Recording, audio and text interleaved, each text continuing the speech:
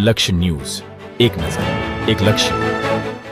Bhildi national highway road પર કચરાના ઢગલાથી વાહન ચાલકો પરેશાન. પ્રધાનમંત્રી શ્રી નરેન્દ્રભાઈ મોદીની આગેવાની હેઠળ ભારત સરકાર દ્વારા સ્વચ્છ ભારત અભિયાન દ્વારા જનજાગૃતિ માટે અનેક પ્રયાસો કરાયા છે, પરંતુ તંત્ર દ્વારા કોઈ જ પગલાં ન લેવાતા અત્યારે ગમે ત્યાં કચરાના ઢગલા જોવા મળતા હોય છે.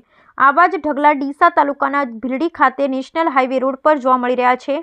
ભણેલા ગણેલા તંત્રના અધિકારીઓ પાસે પ્લાસ્ટિક કચરાના નિકાલ માટે કોઈ જ આયોજન નથી, જે વિચારવા જેવી વાત છે. હાઈવે રોડની બાજુમાં આવેલ કચરો રોડ પર આવી ગયેલ છે, જેથી અવરજવર કરતા વાહન ચાલકોને ભારે મુશ્કેલીનો સામનો કરવો પડી રહ્યો છે.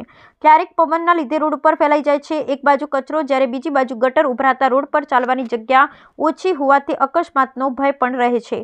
જગ જાહેર આ કચરાથી તંત્ર કઈ રીતે અજાણ હોઈ શકે? તંત્રની આ બેદરકારીના લીધે લોકોને ભારે અગવડતા ભોગવવાનો વારો આવ્યો છે. Bureau report, Nagin Sundesha, Deesa.